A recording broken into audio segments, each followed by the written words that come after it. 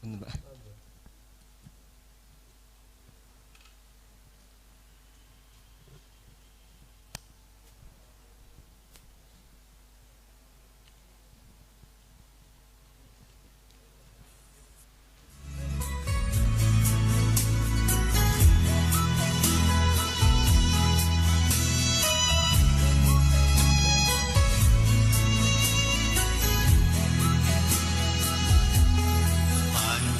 Pancasila, rumah kita, rumah untuk kita semua. Nilai dasar Indonesia, rumah kita selamanya. Untuk semua puji namanya, untuk semua cinta sesama, untuk semua warga menyatu, untuk semua bersambung rasa, untuk semua saling membagi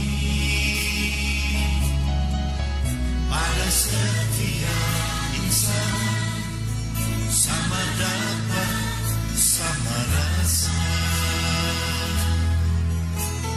Oh Indonesia,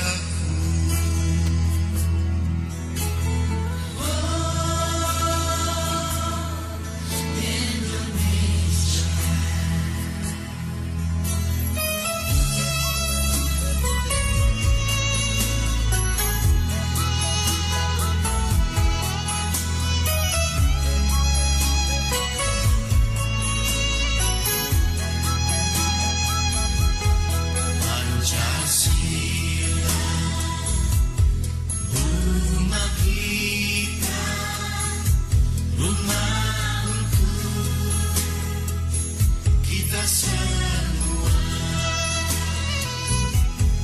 Nilai dasar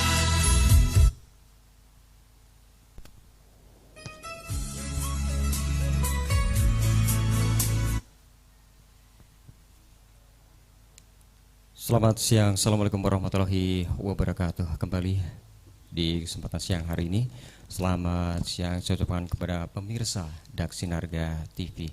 Kembali bersama kita di acara talk show untuk siang hari ini, seperti yang telah disampaikan di promo dan juga informasi-informasi sebelumnya. Dan di kesempatan siang hari ini berbagai sekali kita bisa kembali hadir menyapa pemirsa Daksinarga TV maupun juga pendengar di radio suara Daksinarga FM Gunung Kidul. Alhamdulillah di 22 tahun sudah kita jalani reformasi Indonesia, antara lain dimaknai sebagai dipulihkannya hak-hak sosial dan hak politik warga masyarakat negara Indonesia menjadi salah satu ciri utama sistem politik demokrasi. Dalam demokrasi perbedaan pandang, kepentingan di antara warga negara dikelola sedemikian rupa sehingga bisa disalurkan dengan cara-cara yang damai dan terkendali.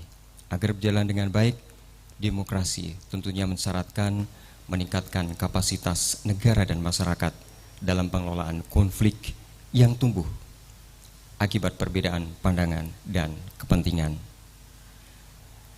Tentunya kekerasan komunal berskala besar, kekerasan terorisme meski masih harus diwaspadai juga semakin dapat dinetralisir. Di antara lembaga diharapkan perannya untuk menjawab tantangan di atas adalah Forum Kerukunan Umat Beragama atau FKUB. Satu lembaga yang tersebar hampir di seluruh provinsi dan kabupaten kota di Indonesia berdasarkan pada peraturan bersama Menteri Dalam Negeri dan Menteri Agama nomor 8 dan nomor 9 tahun 2006. Harapan tersebut nampak dari pernyataan-pernyataan dan pengelola dan pembuat kebijakan paling tinggi di Indonesia seperti Presiden Insinyur Joko Widodo maupun juga Menteri Dalam Negeri Tito Karnavian dan Menteri Agama Fahru Rosi. Saat ini kita akan berbincang-bincang bersama Forum Kerukunan Umat Beragama Kabupaten Gunung Kidul terkait upaya memperkuat kerukunan umat beragama di masa pandemi COVID-19. Mari kita sapa terlebih dahulu para tamu-tamu istimewa yang ada di belakang saya, Bapak-bapak pengurus harian Forum Kerukunan Umat Beragama Kabupaten Gunung Kidul. Kita perkenalkan dulu yang pertama, beliau adalah Bapak Haji Iskanto AR, Sarjana Agama, selaku Ketua dari Unsur Agama Islam. Selamat siang Pak Is. Selamat siang. Mungkin bisa dipakai mic-nya.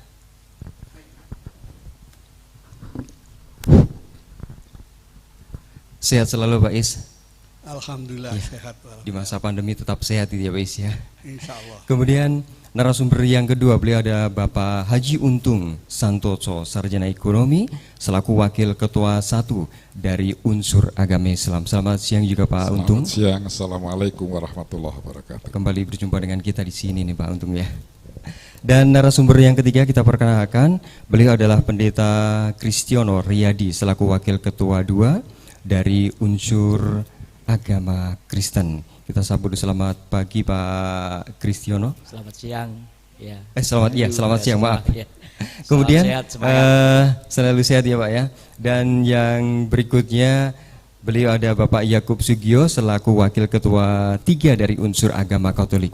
Selamat siang Pak Gio. Selamat siang. Sehat selalu juga Pak Gio ya. Ya. Kemudian juga beliau ada Bapak Haji Samin Fauzi selaku Sekretaris dari Unsur Agama Islam. Selamat siang Pak Selamat siang. Haji. Siang Ya. barokah. Barokah, amin, alhamdulillah. Kemudian narasumber yang berikutnya, beliau adalah Bapak Kardi Widianto selaku Wakil Sekretaris 1 dari Unsur Agama Hindu. Selamat siang Pak.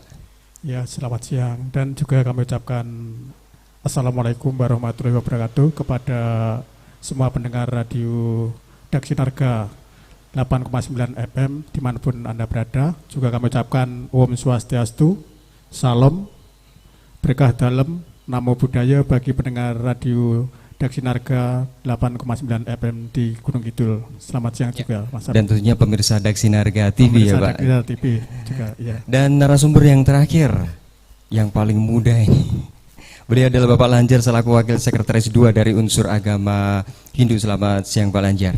Selamat siang, salam sejahtera untuk Ya. kita semua. Tetap semangat Pak Lanjar ya. Semangat. Baik, pemirsa Daksinarga TV dan juga pendengar radio Suara Daksinarga, sekarang kita akan berbincang-bincang banyak bersama Forum Kerukunan Umat Beragama Kabupaten Gunung Kidul. Dan dalam hubungan antara umat beragama di Indonesia, tentunya cita-cita masyarakat ini adalah kerukunan. Mengelola konflik dengan baik diungkapkan dengan istilah kerukunan, agar masyarakat lebih paham dengan istilah kerukunan tersebut.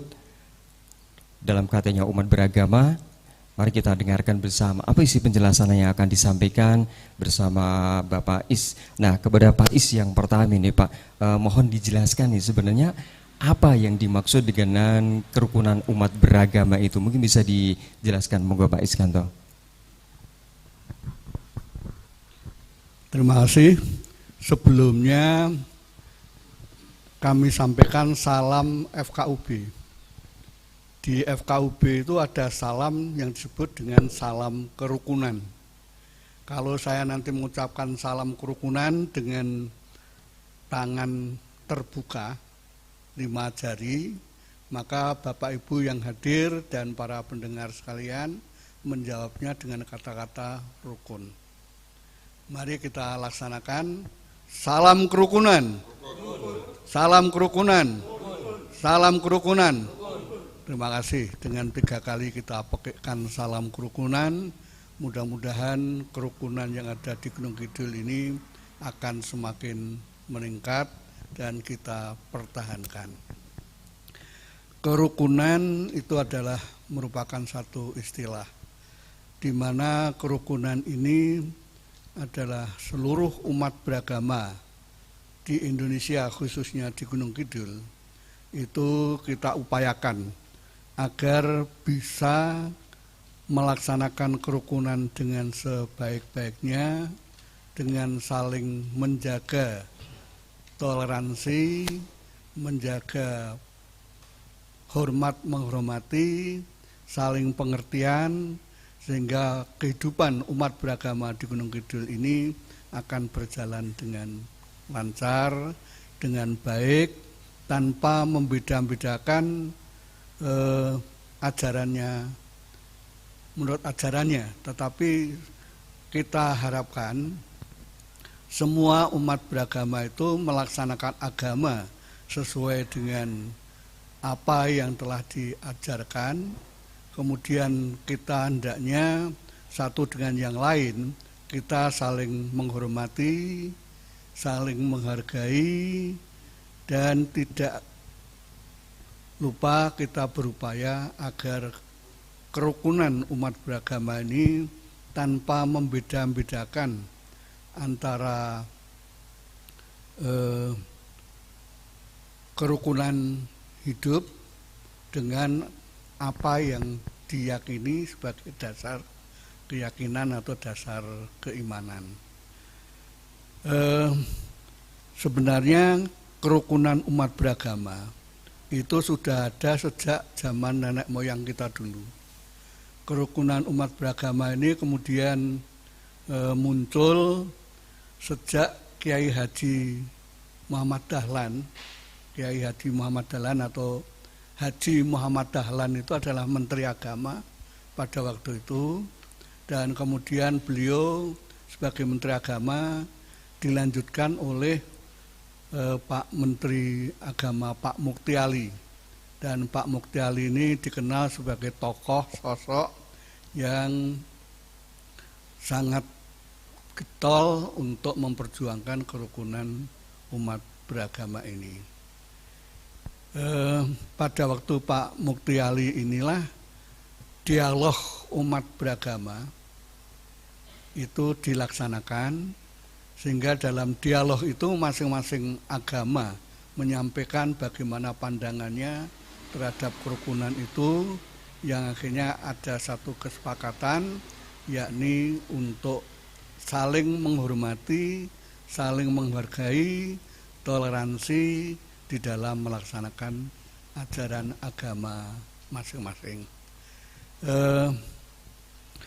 Pada zaman Pak Mukti Ali itu dikenal sebagai bapak peletak dasar kerukunan umat beragama di Indonesia.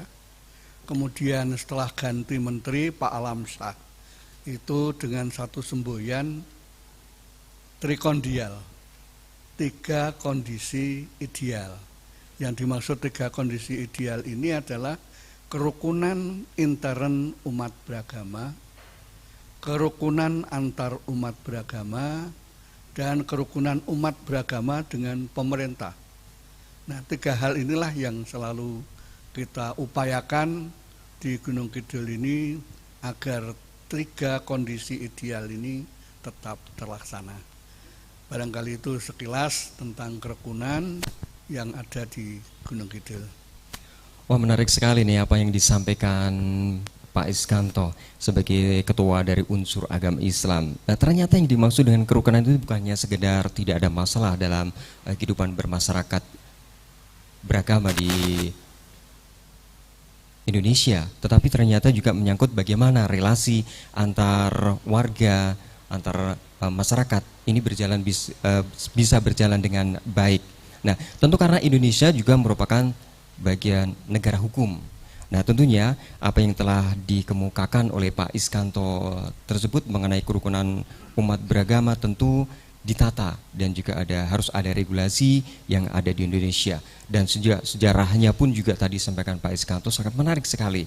Nah, tentunya sekarang ini kita akan kembali ke narasumber yang kedua, kepada Bapak Untung. Nah, mungkin bisa dijelaskan Pak Untung, sebenarnya untuk dapat memberikan pemahaman bagaimana dasar legislatif kerukunan umat beragama tersebut bisa tercipta, terwujud di keragaman umat beragama di Indonesia ini. Seperti tadi disampaikan Pak Iskanto bahwa kita berada di negara hukum dan juga ada sinergitas antar pemerintah juga masyarakat.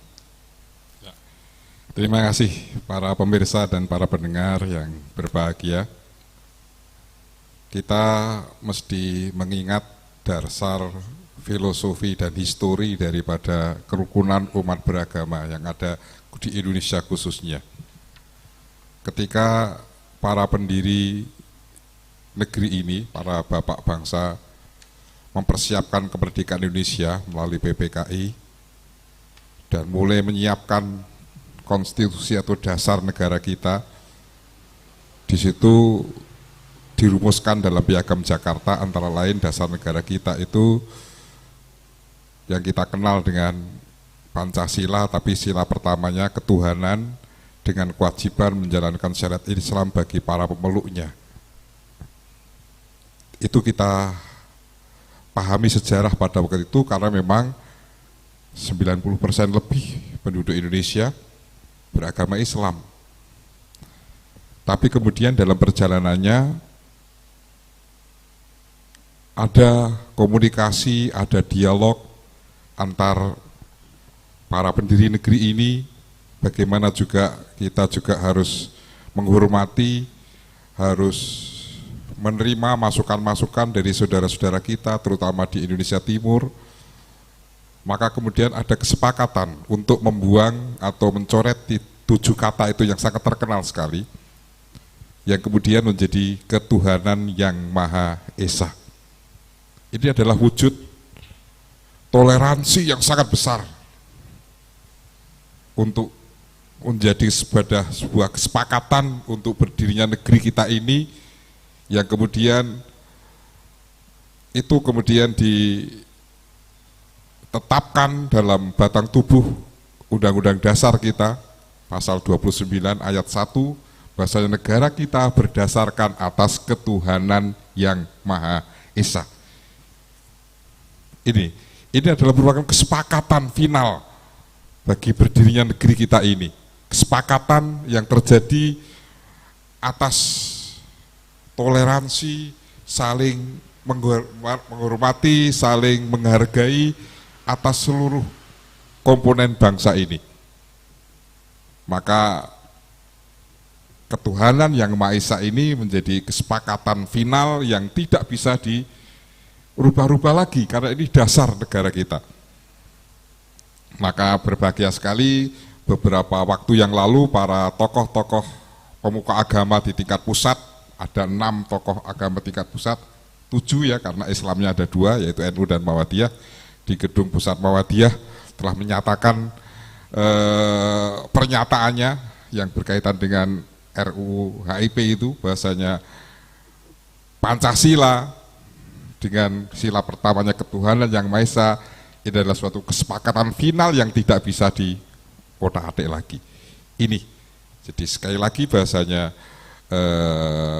Pancasila dengan sila pertama ketuhanan yang Maha Esa adalah merupakan kesepakatan final yang mencerminkan sebuah toleransi, saling menghargai di antara anak bangsa ini. Yang kemudian pada pasal 29 ayat 2 di situ disebutkan bahasanya negara menjamin kemerdekaan tiap-tiap penduduk untuk memeluk agamanya masing-masing dan untuk beribadah menurut agamanya dan kepercayaannya itu. Disinilah bahasanya negara menjamin warga negaranya untuk memeluk, untuk menjalankan agama dan keyakinannya itu. Disitulah jelas sebagai dasar hukum bagi kita ya, dalam kehidupan berbangsa dan bernegara untuk saling menghormati, saling menghargai keyakinan dan agama. Itu yang dinamakan dengan toleransi. Toleransi itu adalah memberikan kebebasan, memberikan ya apresiasi, ya, tidak saling mengganggu, tidak saling mengolok-olok, membiarkan dalam pengertian memberikan kebebasan mereka untuk mengekspresikan agamanya masing-masing, menjalankan ajaran agamanya masing-masing. Inilah yang dijamin oleh konstitusi kita. Yang itulah kemudian secara lebih luas pada pasal 28 dari A sampai J itu telah dirumuskan bagaimana prinsip-prinsip hak asasi manusia. Bahasanya manusia, warga negara Indonesia ini dengan latar belakang agama, suku, ras, dan sebagainya mempunyai hak kedudukan yang sama. Juga terimplementasi pada undang-undang yang merupakan penjaminan bahwasanya kebebasan aktualisasikan agama dan ajaran agama melalui undang-undang sistem pendidikan nasional dan sebagainya. Ini menunjukkan bahasanya negara kita, bangsa kita sangat-sangat menempatkan kerukunan, kebebasan, dan saling menghargai keberagaman ini pada tempat yang sangat-sangat terhormat dan sangat-sangat tinggi. Ini sementara yang saya sampaikan. Baik, menarik sekali apa yang disampaikan Pak Untung Santoso, sarjana ekonomi ya, terkait dengan menata kehidupan beragama ini. Ternyata banyak aturan-aturan yang harus ditaati, yang harus dilaksanakan dalam kehidupan sehari-hari, bersosial dan bermasyarakat. Nah, kemudian kita kembali ke narasumber berikutnya nih. Saya kembali kepada Pak Christian ini. Nah, tentunya apakah ada peraturan-peraturan yang ada tersebut ini bisa dapat atau menjamin kokohnya kerukunan umat beragama khususnya di Indonesia maupun di Gunung Kidul ini, Pak Kris? Bisa dijelaskan, Pak Kris? Terima kasih Mas Abi dan para pendengar dan para pemirsa dimanapun berada. Memang di dalam mewujudkan kerukunan umat beragama dan kepercayaan yang ada di Indonesia ini ada beberapa prinsip penting ya yang sebenarnya perlu kita pahami bersama.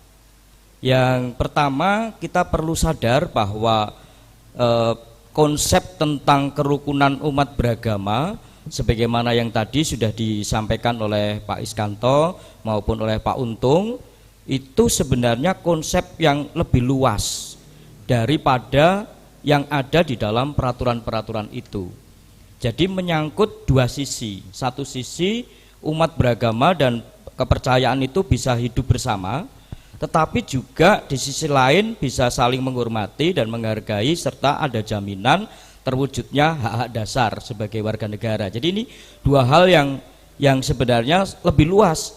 Maka kalau kemudian kita ini hanya terpaku dikotakkan pada peraturan itu saja dengan sikap yang formalitas dan legalistik gitu, maka tentu justru akan menghambat terwujudnya kerukunan umat beragama itu sendiri.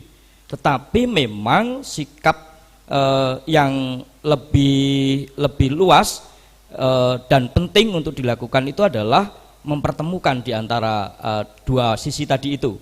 Nah, saya sangat senang ketika tadi sebenarnya disampaikan Pak Iskanto tadi, kata kuncinya itu sebenarnya adalah dialog antar umat beragama. Tapi dialog itu tentu bukan sesuatu yang gampang ya, itu memang harus kita sadari, tapi sangat susah. Nah, dengan dialog itu perselisihan dan pertentangan itu justru akan bisa ditemukan ketimbang sekedar secara saklek gitu memberlakukan peraturan-peraturan yang ada. Di Indonesia sebenarnya kalau kita lihat catatan sejarah itu penyelesaian beberapa persoalan dalam hal kerukunan umat beragama dan kepercayaan itu justru lebih banyak diwarnai dengan adanya dialog-dialog antar umat beragama. Dalam kehidupan sosial yang ada di Indonesia, peraturan memang merupakan keniscayaan ya, nggak bisa dihilangkan karena itu merupakan sesuatu hal yang mesti ada di dalam negara hukum ya. Tetapi kalau kita lihat peraturan itu dapat dipahami sebagai sesuatu yang minimal aja, sesuatu yang standar dasar aja, minimal. Tetapi untuk bisa mewujudkan kerukunan umat beragama itu justru yang paling utama adalah bagaimana semangat, kemauan dan kemampuan kita untuk bisa mempertemukan perbedaan-perbedaan itu dan menerapkan apa yang disebut dengan resiprokal. Resiprokal itu apa? Resiprokal itu menempatkan diri itu pada sisi orang lain.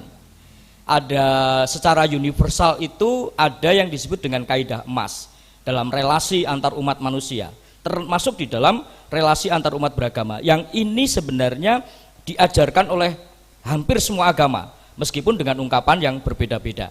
Nah, ungkapan emas itu apa? Kaidah emas itu apa? Itu yang umum muncul itu adalah lakukanlah pada orang lain apa yang kamu ingin orang lain lakukan kepadamu. Dan jangan lakukan apapun kepada orang lain hal-hal yang tidak ingin kamu lakukan, orang lain lakukan kepadamu. Jadi kita mengandaikan kalau kita ingin dihargai oleh orang lain, maka kita mestinya menghargai orang lain. Nah, tadi itu sebenarnya prinsip yang lebih penting untuk kita lakukan. Nah, dalam kehidupan sosial di Indonesia, terutama juga termasuk di Gunung Kidul, prinsip yang demikian ini tentu kalau kita kembangkan maka akan memperkuat kerukunan umat beragama. Jadi misalnya ya, ini saya ambil contoh, meskipun Muslim itu adalah mayoritas atau pengikutnya paling banyak di Indonesia, tetapi di bagian-bagian tertentu, wilayah-wilayah tertentu Indonesia itu bisa menjadi minoritas, bisa menjadi lebih sedikit pengikutnya.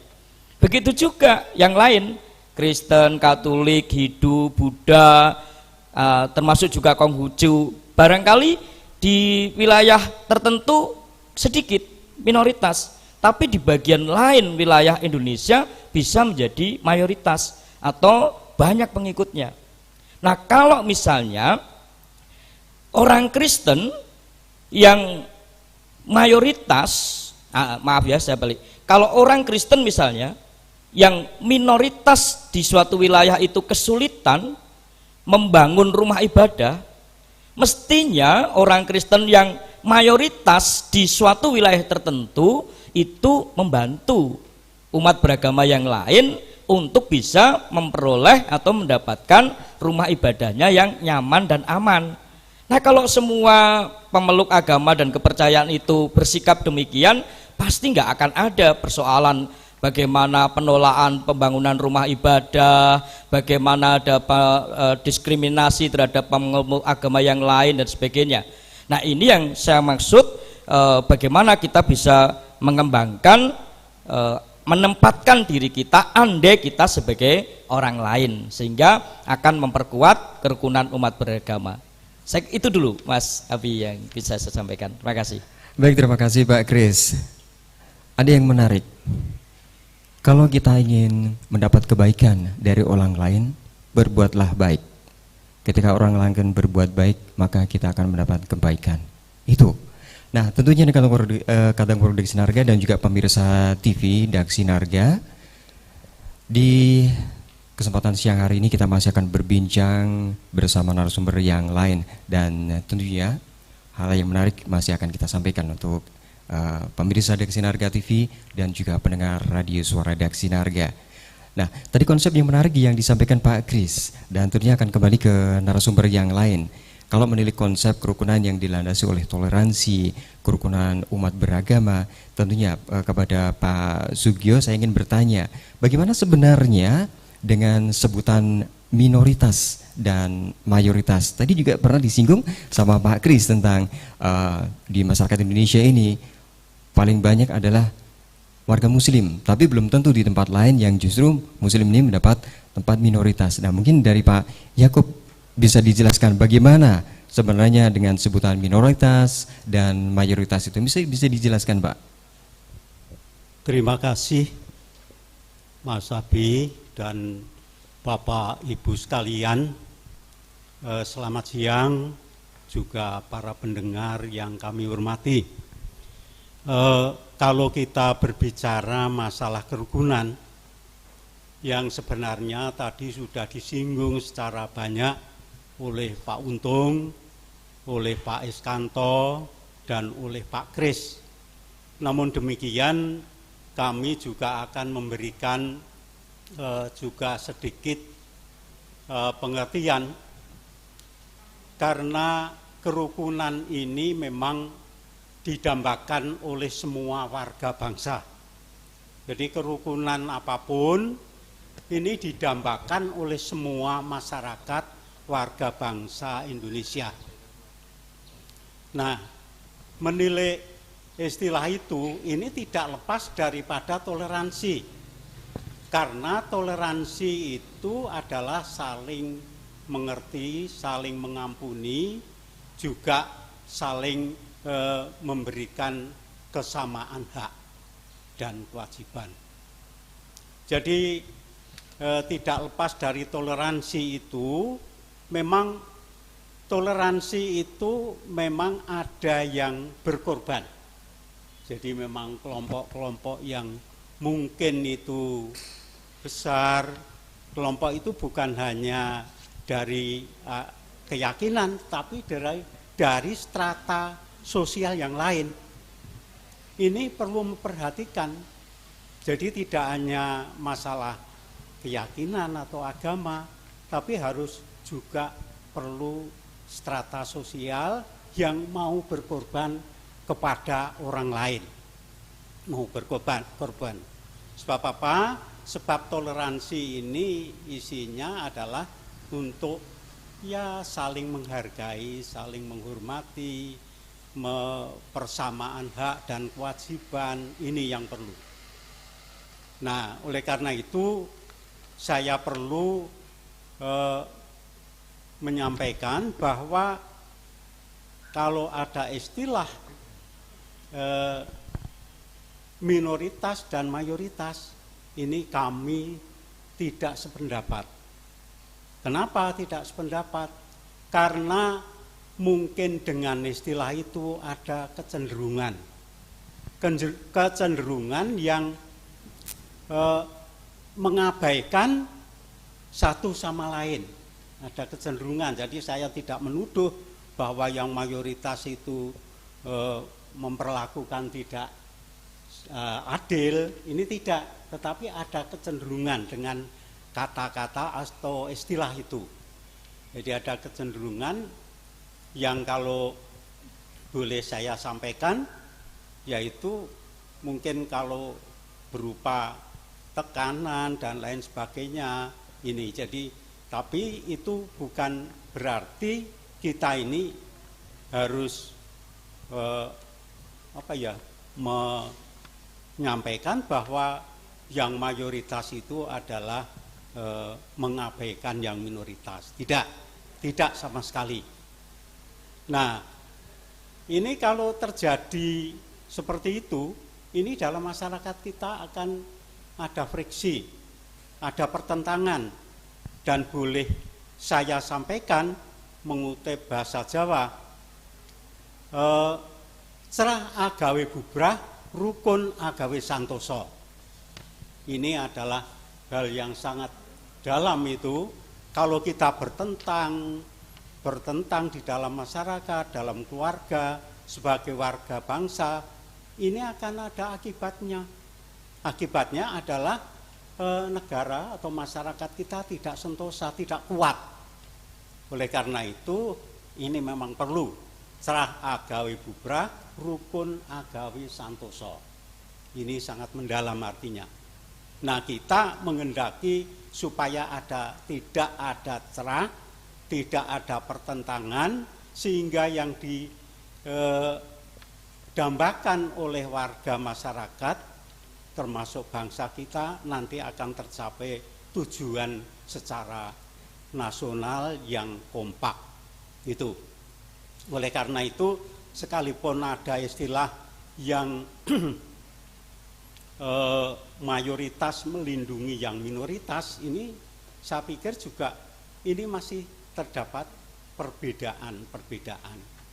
Oleh karena itu, untuk persamaan hak kita harus hidup bersama dengan kelompok-kelompok yang lain. Ini sehingga apa yang dicita-citakan oleh keluarga, oleh masyarakat, oleh bangsa, ini nanti akan tercapai untuk membangun negara kita dengan baik. Nah, untuk menuju kepada kerukunan yang sejati, ini kita perlu saling pengertian. Jadi dari kelompok-kelompok saling pengertian untuk memperhatikan orang-orang yang miskin, lemah, tersingkir, dan difabel. Jadi apa itu miskin, lemah, tersingkir, dan difabel? Miskin itu ya tidak punya kemampuan dalam lemah, itu juga tidak punya kemampuan. Tersingkir itu ya yang disingkirkan oleh masyarakat. Difabel itu adalah orang-orang yang cacat. Nah, lebih-lebih di dalam COVID-19 sekarang ini memang kita butuh didorong untuk memperhatikan orang-orang seperti ini. Jadi kita bersama-sama untuk memperhatikan, menolong mereka keluar dari kekurangan itu. Ya, nah ini menarik sekali ini Pak Yakob ya, tadi disampaikan juga mayoritas harus melindungi yang minoritas. Ini menarik, apalagi sekarang ini di masa pandemi COVID-19 kita dihadapkan semua masyarakat tidak memilah dan memilih, semuanya ini dihadapkan dengan COVID-19. Nah sekarang ini seperti disampaikan tadi Pak Yakob, peran dari Forum Kerukunan Umat Beragama ini dalam kontribusi penanganan COVID-19 ini seperti apa? Bisa disampaikan sedikit Pak Yakob? Yang dimaksud dengan bagaimana peran FKUB dalam penanganan COVID-19? Karena kita saat ini masyarakat tentunya dihadapkan dengan pandemi COVID-19 ini. Nah tentunya peran FKUB ini sangat berpenting sekali dalam penanganan ini. Nah sejauh ini peran dari FKUB dalam penanganan COVID ini seperti apa bisa? Begini Pak, jadi FKUB ini memang sudah kompak. Jadi Pak Is tadi sudah menyampaikan salam kerukunan. Nah ini kita memang ditugaskan kepada dari FKUB ini misalkan masalah dalam apa ya, jadi masalah agama. Jadi masalah agama di dalam COVID-19 ini memang kita perlu menjelaskan kepada mereka, jadi penganut agama masing-masing itu supaya memang melaksanakan ibadah itu sesuai dengan prosedur ini, jadi prosedur kesehatan. Jadi ini memang sudah kita sampaikan juga, baik itu kalau untuk Katolik ini sudah saya sampaikan dari 3 paroki, paroki Kelor, paroki Wonosari, dan paroki Bandung. Ini sudah kami sampaikan, baik itu surat edaran maupun juga bagaimana prosedur dari kesehatan harus bagaimana, itu sudah kita sampaikan. Nah ini semua masing-masing ini sudah menyampaikan kepada kepada agama masing-masing. Sehingga ini sangat penting. Di samping itu juga yang di lingkungan ini kita sampaikan juga di dalam pertemuan-pertemuan ini kita sampaikan bahwa dalam COVID-19 ini memang kita butuh bersatu padu untuk ya memotong perkembangan daripada COVID-19 ini supaya jangan sampai merembet kemana-mana, begitu. Ya. Berarti masih terus ada upaya sosialisasi ke masyarakat ya Pak ya, melalui 3 paroki tadi. Nah kepada Pak Zamin Fauzi ini ya, yang tentunya juga akan memberikan informasi kepada pemirsa Daksinarga TV maupun juga pendengar radio suara Daksinarga 89.9 FM. Masih membahas tentang tema kita, kerukunan umat beragama dalam menangani COVID-19.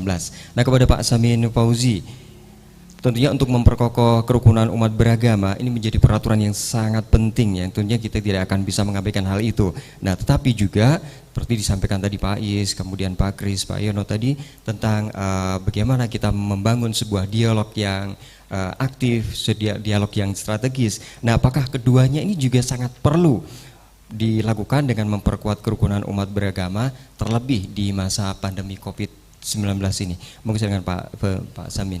Ya, terima kasih pemirsa TV Dak Sinarga dan pendengar radio Dak Sinarga tentang seharusnya lebih menjadi kuat, kukuh dan bakoh itu ya. Orang desa mengatakan bakoh itu lebih kuat dalam menghadapi pandemi COVID ini. Umat beragama ini harus menyatu, dan inilah perlunya seluruh umat beragama itu mentaati kedua pimpinan nasional kita, baik yang formal maupun informal. Pimpinan formal misalnya presiden, kekuasaannya ada di tangan presiden. Yang informal para ulama. Ulama ini ada ulama 6 agama kan di sini. Ini kalau di Gunung Kidul minus Konghucu. Ini harus dikuatkan bagaimana pesan presiden terhadap rakyat Indonesia yang juga umat beragama ini ya harus dimulai dari rumah, belajar kembali ke rumah, beribadah dilaksanakan di rumah, bekerja demikian pula diakses dari rumah. Di segala kegiatan ini sentralis melalui rumah. Ini untuk mencegah kemungkinan terjadinya wabah yang menyebar. Kalau seandainya pada semester atau pada 4 atau 3 bulan pertama ini dilaksanakan secara istilahnya dalam Islam itu sami'na wa ata'na, atau dalam penyebutan ayat itu disebutkan wa ulil amri minkum. Lengkap ayat itu atiullah wa atiur rasul wa ulil amri minkum. Ulil amri itu umarok dan ulama. Umarok presiden, ulama ya para ulama umat beragama itu sudah melakukan berbagai penangkalan untuk COVID ini tidak menyebar jauh. Seperti sekarang periode kedua ini justru memulai lagi PSBB misalnya. Ini harus segera kita upayakan, ditambah melalui fatwa-fatwa ulama yang menyentuh pada aspek religiositas, artinya spiritualisme, dibangun semacam ya ini protokol-protokol peribadatan, misalnya protokol ibadah dan doa, ada protokol istighfar, memohon ampun kepada Allah, kemudian protokol doa, protokol sedekah. Ini penting guna memberikan tambahan kekuatan atau penolak COVID. Jadi kalau hanya aspek dohiriyah seperti protokol kesehatan, ini betul juga dari aspek physically, tapi dari aspek religiositas ini masih diperlukan. Oleh karena itu dipadukan untuk melakukan pencegahan yang sekuat mungkin, kemudian terjadilah insya Allah ini ya penyebaran itu cepat selesai, berhenti, dan kita aman lagi. Coba kita membayangkan orang yang tidak keluar rumah itu betapa sulit, sakit, dan perihnya di hati. Ya keinginannya begitu PSBB agak dibuka sedikit saja, ternyata keadaannya sudah dianggap new normal, itu benar-benar sudah bebas. Nah, ini yang perlu hati-hati. Semuanya harus kembali kepada apa yang saya katakan dari pesan Quran tadi, atiullah wa atiur rasul wa ulil amri minkum. Demikian, terima kasih. Baik, terima kasih Pak Samin Fauzi. Ya, tadi dikatakan Pak Samin itu ada upaya-upaya, tidak hanya diberlakukan PSBB lagi, tapi juga harus ada upaya dari diri masing-masing. Nah, tentunya di masa new normal ini beranggapan bahwa masyarakat bisa kembali melaksanakan aktivitas seperti sedia kala, dan tentunya dari Forum Kerukunan Umat Beragama itu juga tentunya ada upaya-upaya Pak Samin Fauzi, ya mungkin langkah-langkah konkret tadi disampaikan bahwa kita juga sudah lihat secara nyata bahwa tempat peribadatan itu juga sudah berjalan normal, walaupun juga ada sebagian yang melaksanakan protokol kesehatan, namun juga ada yang belum. Nah, ini dari FKUB upaya apa yang sudah dilakukan untuk mengantisipasi di masa new normal COVID-19 ini Pak Samin? Ya, FKUB selama ini juga telah melakukan berbagai pendekatan seperti halnya yang dilakukan karena ilmunya dari sana juga, misalnya melalui penyampaian pencegahan kepada masyarakat, yang itu kan sebelumnya dikoordinasikan di tingkat gugus, ketua gugus, Pak Wakil Bupati, FKUB terlibat dalam pembicaraan itu, lalu FKUB mengambil peran.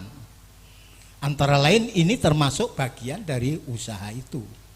Selain itu juga masing-masing tokoh agama, pimpinan agama ini melakukan kepada masing-masing jamaahnya untuk tidak kemudian abai terhadap apa yang disebutkan new normal itu, pemahamannya pulih sedia kala, tapi ini belum. Justru ada peningkatan yang lebih tinggi ini, harusnya kita waspadai bahwa kita haruslah mengikuti apa yang sudah disampaikan oleh pemerintah atau ulama, karena itu ilmunya di situ. Kalau itu tidak dilakukan ya sudah terus akan menyebar lagi. Kita tahan dulu beberapa saat karena memang harus begitu, ya, mengulangi upaya yang sudah dilakukan pada tahap pertama, kemudian tahap kedua ini memang benar-benar harus melakukan upaya mengekang diri untuk tidak bepergian, untuk tidak kerumun, untuk tidak atau abai terhadap pemakaian protokol kesehatan. Apalagi kalau sudah abai terhadap protokol ibadah, ini lebih bahaya, lebih besar lagi nanti dampaknya terhadap perkembangan atau wabah pandemi ini. Saya kira ini memang saatnya umat beragama ini, paling tidak para tokohnya lah, untuk mendekat kepada Allah Subhanahu wa taala, Tuhan yang Maha Esa, agar mau melakukan 3 protokol yang sangat religiusitas ini, yang kaitannya ibadah, kaitannya istighfar, kaitannya sedekah. Ini menjadi persoalan yang belum begitu banyak digapai oleh kebanyakan. Ya, mengenai 3 soal tadi Pak, ya. Baik, terima kasih Pak Samin Fauzi. Nah, tentunya bentuk-bentuk kerjasama dan juga terus dilakukan upaya-upaya pencegahan COVID-19 di masa pandemi COVID-19 dan di new normal ini. Nah, kembali ke narasumber berikutnya nih Pak Kardi. Nah, tentunya kerukunan umat beragama tentunya kita semuanya sudah ketahui bersama. Nah, bagaimana keragaman umat beragama ini dalam bentuk konkret kerjasama antar umat beragama, dan bagaimana wujud nyatanya di masa pandemi COVID-19, di masa new normal ini, konkret dari peran umat antar beragama di Kabupaten Gunung Kidul. Mungkin bisa dijelaskan Pak Kardi. Terima kasih Mas Abim, dan selamat siang kepada pemirsa TV Daksinarga, juga pendengar radio Daksinarga FM 89,9% MHz. Begini, apa yang sudah disampaikan beliau bapak-bapak tadi dari narasumber yang tidak kami sebutkan, bahwa pada prinsipnya sesuai dengan kekompakan, kerukunan antar umat beragama yang berjalan di Kabupaten Gunung Kidul ini sebenarnya sudah sangat kompak. Mengapa demikian? apabila semua warga masyarakat itu mau melaksanakan sebagai kewajibannya di COVID-19 ini, diantaranya yaitu mau menjalankan bekerja di rumah seperti yang sudah disampaikan oleh Bapak Samin Pausi atau narasumber yang lain. Dengan demikian kami ingin menyampaikan juga bagaimana tata cara peribadatan juga. Mengapa? Karena COVID ini tidak bisa dianggap enteng. Perlu kami sampaikan, kalau yang lain Bapak-Bapak narasumber tadi sudah menyampaikan bahwa tentang kerukunan, tentang COVID sudah dijelaskan semua. Nah, berkaitan apa yang sudah ditanyakan oleh Mas Abim, bahwa kita perlu sekali melaksanakan di tengah COVID ini. Yang pertama di saat ibadat misalkan. Ini harus ada, ini saya bacakan biar konkret, ini dari WHO. Umat dalam kondisi sehat apabila suhu tubuh di atas 37,5 derajat Celcius maka harus dihentikan selama 5 menit. Ini yang sangat perlu diketahui. Kemudian selama mengikuti peribadatan atau sembahyang itu wajib menggunakan masker dan berjarak paling tidak 1,5 meter. Ini protokol kesehatan yang harus kita laksanakan bersama sehingga pada masa COVID ini kita sebagai umat beragama bisa saling menjaga kerukunan masing-masing. Kemudian yang ketiga, sebelum memasuki mandala, masjid, pura, wihara, gereja dan lain sebagainya, kita harus rajin cuci tangan, pakai sabun dan air yang mengalir. Ini yang disampaikan WHO dan juga para tokoh kesehatan dari dokter, dari Puskesmas atau dari gugus tugas juga menyampaikan seperti itu. Kemudian yang keempat, selama mengikuti persembahyangan kalau di tempat kami, selain jaga jarak 1,5 meter, juga harus saling tidak berjabat tangan. Cukup mengucapkan salam panganjali aja istilahnya. Ini untuk menjaga penyebaran, Mas. Mengapa demikian? Karena ini sudah sangat meluas sehingga COVID ini perlu ditanggulangi bersama-sama.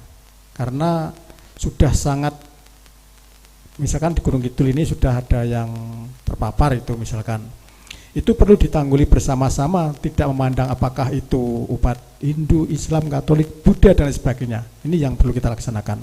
Maka akan terwujudlah terbentuknya rasa persatuan dan kesatuan antar umat beragama. Kiranya demikian Mas Habib, karena mengingat waktu yang ini sangat mendesak tentunya. Baik, terima kasih Pak Kardi. Menarik sekali apa yang disampaikan Pak Kardi tadi ya, kaitannya dengan bagaimana upaya FKUB dan juga kerukunan antar beragama untuk selalu bersinergi dengan umat beragama yang lain. Nah, kemudian sebelum ke Pak Lanjar, saya ingin bertanya kepada Pak Iskanto ini kaitannya dengan seperti acara ini. Nah, tentunya pemerintah juga memfasilitasi berbagai acara-acara yang lain. Nah, tentunya dalam dialog ini kita difasilitasi oleh Kesbangpol. Nah, sejauh ini dari FKUB katanya dengan sinergitas dari pemerintah khususnya Kesbangpol ini seperti apa Pak Is? Terima kasih. Jadi FKUB ini selama ini mendapatkan fasilitas dari pemerintah daerah Kabupaten Gunung Kidul yang dilewatkan Kesbangpol itu dari APBD.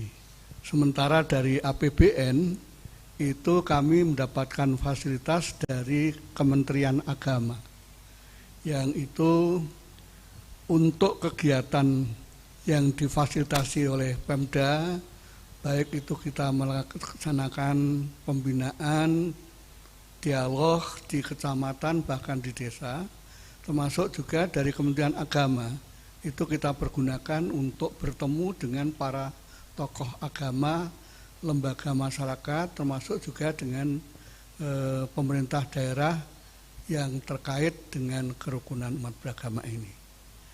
Dengan demikian maka FKUB dapat melaksanakan kegiatan itu tidak lepas dari Kesbangpol dan dari Kementerian Agama. Demikian Mas Abi. Ya, kemudian pelaksanaan dari hal tersebut apakah hanya dimulai saat pandemi COVID dan di masa new normal ini, atau sebelumnya memang dari Kesbangpol ini sudah bersinergi dengan FKUB, Pak Is? Jadi perlu kami sampaikan kegiatan FKUB yang dialog di tingkat desa, hampir seluruh desa di Gunung Kidul sudah kita kunjungi. Begitu juga kita mengadakan program yang disebut dengan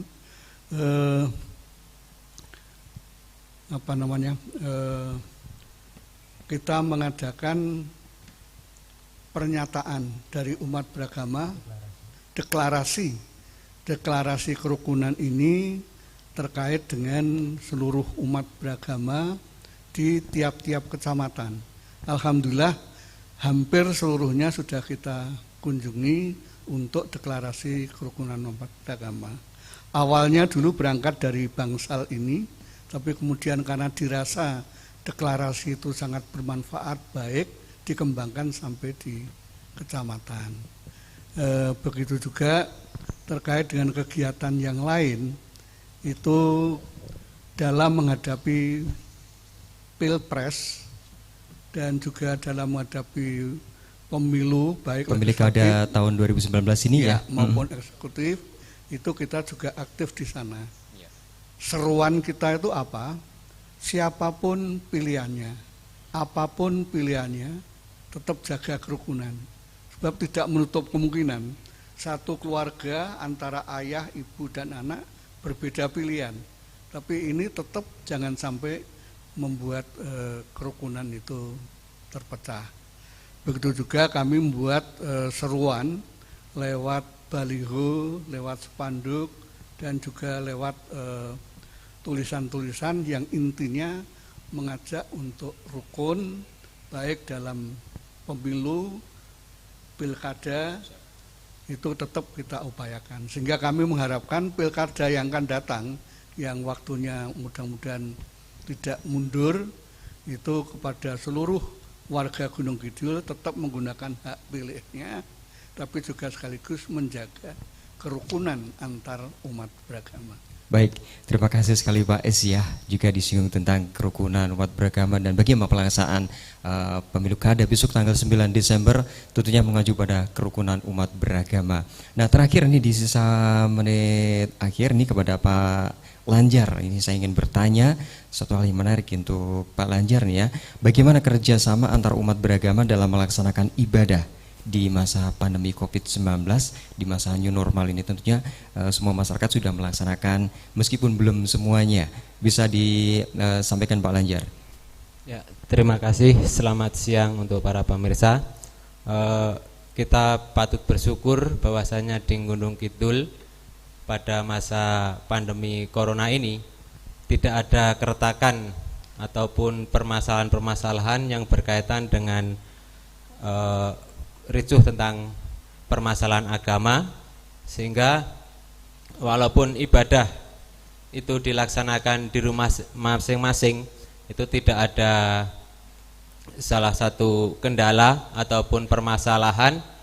Dan juga pada saat ini kan sudah dibuka tentang untuk rumah ibadah, itu perlu penyiapan protokol kesehatan di masa corona ini. Itu adanya kerjasama antar umat, itu seperti menyiapkan masker, cuci tangan, air dengan mengalir, terus sabun, terus ada bantuan-bantuan yang berupa hand sanitizer dan sebagainya.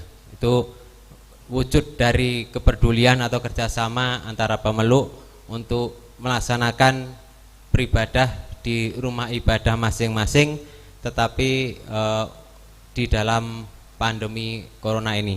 Terima kasih. Baik, terima kasih Pak Lanjar. Itu menjadi upaya konkret ya untuk menyiapkan sarana dan prasarannya, baik untuk seluruh peribadatan juga tidak terkecuali. Nah, tentunya di menit akhir ini kategori Sinarga dan juga pemirsa TV Daksinarga yang budiman, sebelum kita menutup acara ini, saya ingin memberikan satu waktu lagi untuk Pak Iskanto. Pak Iskanto, terakhir ini sebelum kita closing statement, menyampaikan pesan-pesan bagi umat beragama tentunya dalam menghadapi Pilkada 2019 yang akan kita laksanakan besok pada tanggal 9 Desember. Terima kasih. Sehubungan dengan Pilkada sudah semakin dekat dalam suasana pandemi COVID atau COVID-19 ini, kami harapkan kepada seluruh warga masyarakat Kabupaten Gunung Kidul untuk berperan serta dalam pilkada yang akan datang. Kita harapkan jangan sampai ada orang yang tidak menggunakan hak pilih.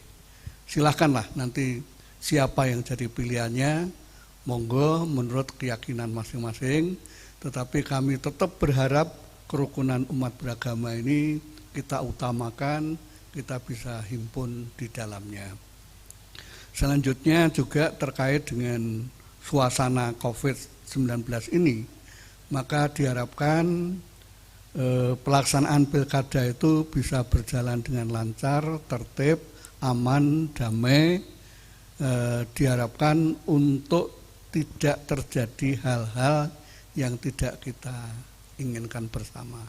Untuk itulah maka pengertian bersama antara warga negara atau warga Gunung Kidul dengan pemerintah daerah, begitu juga dengan penyelenggara dalam hal ini KPU dan Bawaslu, untuk bisa kita kerjasama sebaik-baiknya. Dan yang terakhir, harapan kami itu hendaknya kita semua tetap pasrah pada Allah Subhanahu wa Ta'ala, karena bagaimanapun juga usaha untuk menanggulangi COVID ini sudah diupayakan oleh pemerintah daerah maupun oleh lembaga-lembaga agama dan juga oleh seluruh warga Gunung Kidul.